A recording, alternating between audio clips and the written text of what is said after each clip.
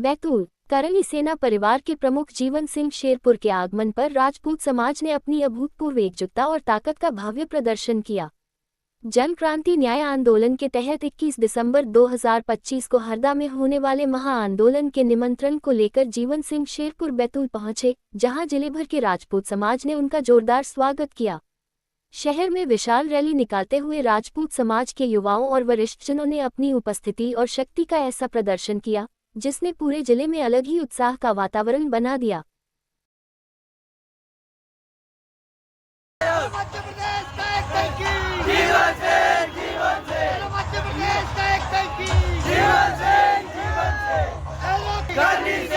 हिंदुस्तान की शान महाराणा प्रताप के चरणों में वंदन। और जितने भी मंचासी यहाँ विराजा है, मेरे बड़े बुजुर्ग, सभी को मेरा चरण स्पर्श।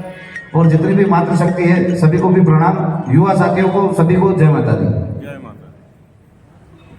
हम सब एकत्रित हुए हैं में होने वाले जन क्रांति न्याय आंदोलन के लिए, और हमारी बहुत सारी मांगे हमारे सारे साथियों ने बताई। पंकज दादा ने स्वामीनाथन कमेटी के बारे में विस्तार से बताया, और ये वीडियो हम हमारी जो फेसबुक या इंस्टाग्राम अकाउंट है उनसे भी डालें, ताकि जो स्वामीनाथन कमेटी के बारे में नहीं जानते हैं, क्या चीजें उसमें है और क्या उससे फायदे होंगे, वो भी लोगों तक पहुंच पाए। तो दादा ने स्वामीनाथन कमेटी के बारे में विस्तृत रूप से बताया कि किस प्रकार से किसानों का फायदा होगा, किस प्रकार से उनकी फसलों के भाव बढ़ेंगे और उनकी जो निजी समस्या है वो दूर होगी। तो आपने बहुत अच्छे से स्वामीनाथन कमेटी के बारे में बताया, तो मैं उसके बारे में नहीं बताऊंगा।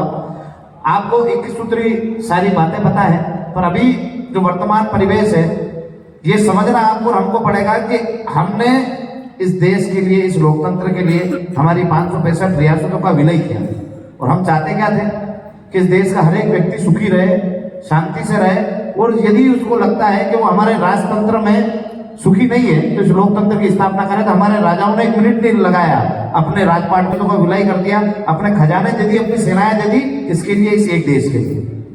पर क्या जो जवाबदारी इन नेताओं को हमारे पूर्वजों ने दी थी वो निभा रहे हैं? नहीं निभा रहे, किसी भी प्रकार से नहीं निभा रहे।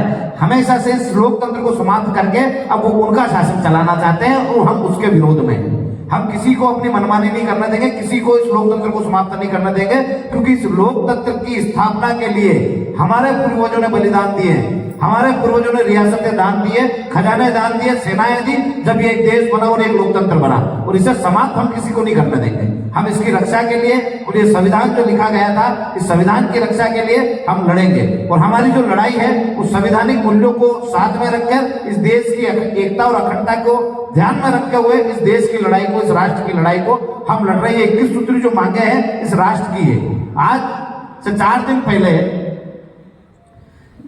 भोपाल के पास एक 6 साल की बच्ची का बलात्कार होता है, और पुलिस अभी तक विफल है उस बलात्कारी को ढूंढने में। यदि ये लोकतंत्र है, और इस प्रकार का लोकतंत्र हमें न ऐसे पुलिस वालों की आवश्यकता है, न ऐसे लोकतंत्र की आवश्यकता है, जब हमारी बच्ची सुरक्षित नहीं है, 6 साल की बच्ची, और एक मुस्लिम युवक द्वारा उसका बलात्कार किया गया। हिंदू मुसलमान में आप लोग लड़ रहे हो, मैं चाहता हूं बलात्कारी की कोई जातीय धर्म नहीं होता, उसका सिर धड़ से अलग कर दो, भले कोई सी भी जाति धर्म का। यदि ये राजतंत्र होता और हमारे पूर्वज होते तो मैं वचन देता हूं कि उसका सिर धड़ से अलग होता। अभी 6 साल की बच्ची के साथ इतनी बर्बरता करने के बाद वो फरार है, पुलिस उसको पकड़ भी नहीं पाती है, उसको मारने की बात तो दूर है। आप शांतिपूर्ण तरीके से आंदोलन करने वाले युवाओं के ऊपर लाठियां बरसाते हो। हरदा में जो आंदोलन चल रहा था वो शांतिपूर्ण तरीके से चल रहा था, और देश के, राष्ट्र के और महिलाओं के सम्मान के लिए चल रहा था। हमने कभी भी महिलाओं को अपमान के लिए कोई आंदोलन नहीं करा है। हम महिलाओं के सम्मान के लिए लड़ते हैं, और जो महिलाओं के सम्मान के लिए लड़ता है, गौ माता की रक्षा के लिए लड़ता है, उन लोगों पे आपने लाठियां चलाई, और आज वो बलात्कारी खुले में घूम रहा है। आज पुलिस नपुंसक हो गई है क्या? आज पुलिस उसको नहीं पकड़ पा रही है। उस दिन आपने लाठी डंडे चला लिए, क्यों? क्योंकि हम संविधान को मानने वाले लोग थे। आपने लाठी डंडे खाए, पर आपकी लाठी का जवाब नहीं दिया। क्यों नहीं दिया? क्योंकि इस देश की स्थापना में हमारे पूर्वजों का योगदान है, आपके पूर्वजों का योगदान नहीं है। और आज जो लड़ाई लड़ रहे हैं वो शांतिपूर्ण तरीके से लड़ रहे हैं। हम हमेशा बोलते हैं कोई लाठी डंडा लेके नहीं आएगा, कोई पत्थर लेके नहीं आएगा, कोई मारे तो मार खाना ना, पर अपनी आवाज को बुलंद रखना। और हम हमारी आवाज को बुलंद रखते हैं, आपकी लाठी खाते हैं, डंडे खाते हैं, पर आंदोलनों से पीछे नहीं हटते। तो हम जो लड़ाई लड़ रहे हैं उसको याद रखना कि आपके पूर्वज आपको जवाब